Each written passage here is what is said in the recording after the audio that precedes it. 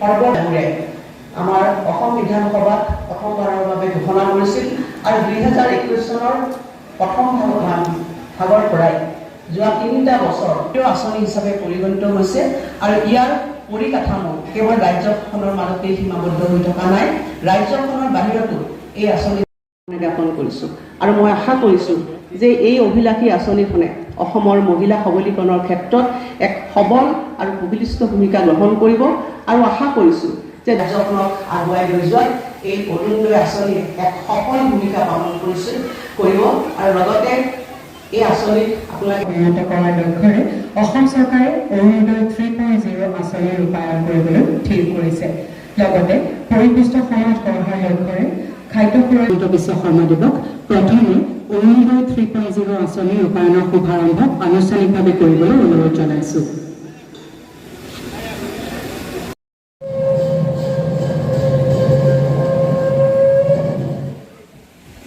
ধন্যবাদ মহাশয়।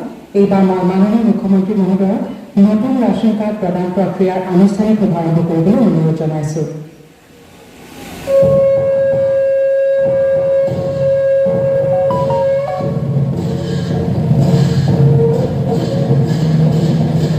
সময়তে এই 18খন আঁচনিৰ এক অন্যতম অংগ হিচাপে আমি অৰুণোদয় আঁচনিখনৰ বিষয়েও ঘোষণা আৰু সুদীৰ্ঘ লক্ষ্যৰে অৰুণোদয় আঁচনিখন ৰচনা কৰিছিল।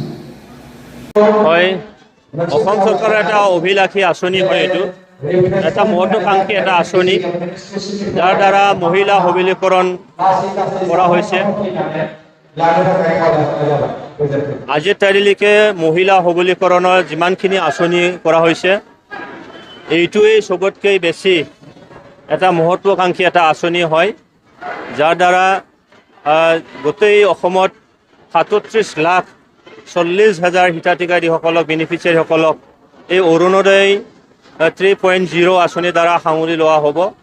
আৰু ইয়াৰ দ্বাৰা এইটোকে ভবা হৈছে যে লাষ্ট এটা অন্তদয়া, একদম লাষ্ট এটা হিতাধিকাৰী বা বেনিফিচিয়াৰী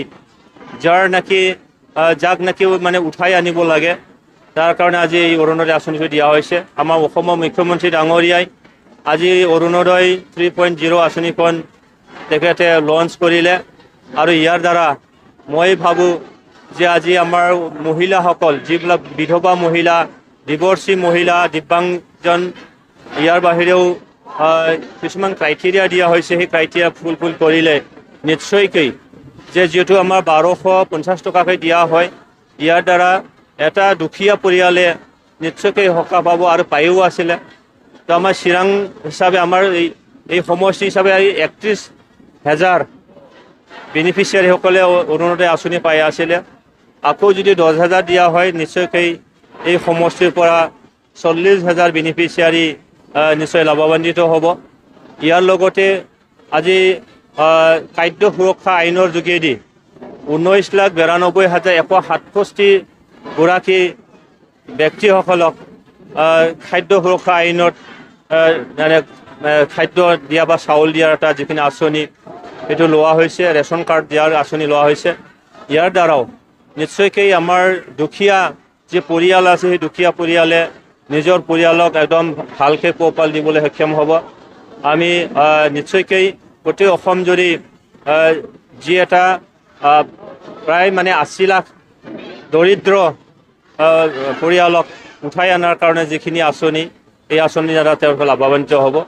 মই আজি এই অনুষ্ঠানত উপস্থিত হৈ নথৈ আনন্দিত হৈছোঁ। আমাৰ মাতৃসকল, আইসকল, যিগৰাকীসকলে নিজৰ ঘৰখন পোহপাল দিয়ে, তেখেতসকলৰ প্ৰতি যি শ্ৰদ্ধা, যি মৰম, আজি অসমৰ আমাৰ জনপ্ৰিয় মুখ্যমন্ত্ৰী ডক্টৰ হিমন্ত বিশ্ব শৰ্মা ডাঙৰীয়াই যি আঁচনি আজি ল'লে, এইটো একদম সঁচা সঁচিকৈ তেখেতক ধন্যবাদ দিবলগীয়া। তেখেতক যিখিনি অসমৰ আমাৰ নাগৰিকসকলৰ, আমাৰ অসমৰ দৰিদ্ৰ সীমাৰেখাৰ মানে পৰিয়াল বা মহিলাসকলক যি উঠাই অনাৰ কাৰণে যিখিনি আঁচনি লোৱা হৈছে, এই অতিকৈ প্ৰশংসনীয় আৰু তেখেতক ধন্যবাদ জ্ঞাপন কৰিবই লাগিব।